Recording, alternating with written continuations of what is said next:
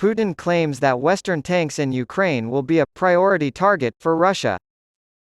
Russian President Vladimir Putin has stated that Western-made tanks supplied to Kyiv are a priority target for Russian forces in Ukraine.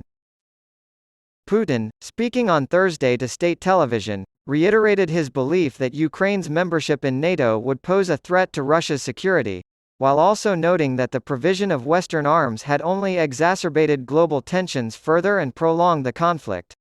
Russian President Vladimir Putin was asked about France's decision to supply Ukraine with long-range cruise missiles, and he responded, "Yes, they cause damage, but nothing critical happens in the war zone with their use."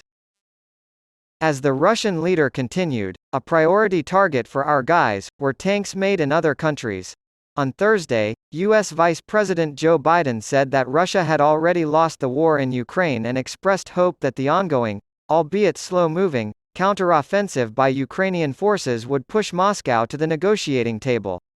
Putin's comments came in response to Biden's statement. Putin has already been defeated. Putin is in serious trouble, Biden said at a press conference in Helsinki alongside Finnish President Sauli Niinisto. "There's zero chance of his winning the war in Ukraine," he declared. Even though NATO leaders failed to give Kyiv a membership timeline at a summit of the Western Military Alliance this week in the Lithuanian capital of Vilnius, Biden used his visit to Finland, NATO's newest member, to pledge that Ukraine would one day join the alliance.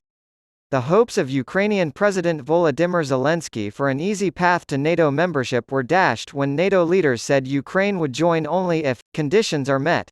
Biden's tone regarding Ukraine's potential membership in NATO shifted on Thursday. The question of whether they ought to join is irrelevant.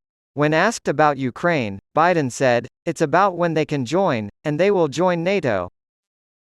Putin's first public response to the comments made at the NATO summit was to threaten to target Western tanks and increase military aid to Kyiv. He also restated Moscow's staunch opposition to Ukraine joining the defense bloc, claiming that doing so would be detrimental to Russian strategic interests. This will not improve Ukraine's safety. Putin warned that this would make the world a more dangerous place. Putin also emphasized that no country has the right to boost its security at another country's expense. The Institute for the Study of War, ISW, based in Washington, D.C., claimed that Russia's muted reaction to developments at the NATO summit this week showed the degree to which the 2022 Russian invasion has set back the goals for which the Kremlin claims it launched the war in Ukraine. The ISW emphasized the importance of this strategy, saying it has the goal of preventing NATO expansion and, indeed, rolling back earlier rounds of NATO expansion and pushing NATO back from Russia's borders. The ISW think tank said earlier this week that many Russian sources are reporting on the NATO summit in a dispassionate and muted manner that is not commensurate with the wider defeat that the summit actually represents for Russia's pre-war aims.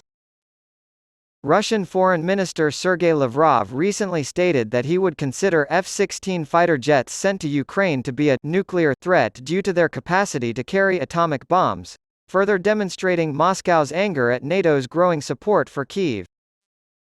Russia cannot afford to ignore the fact that these planes can transport nuclear weapons. According to the Russian Foreign Ministry, Lavrov said, "No amount of assurances will help here." This week, Russian Deputy Security Council Secretary Dmitry Medvedev also voiced concern that NATO members' support for Ukraine raised the prospect of a third global conflict. Although Kyiv's military allies have not yet agreed on the supply of US-made warplanes to Ukraine, officials said on the sidelines of the NATO summit that Ukrainian pilots would begin training on F-16 fighter jets in Romania next month.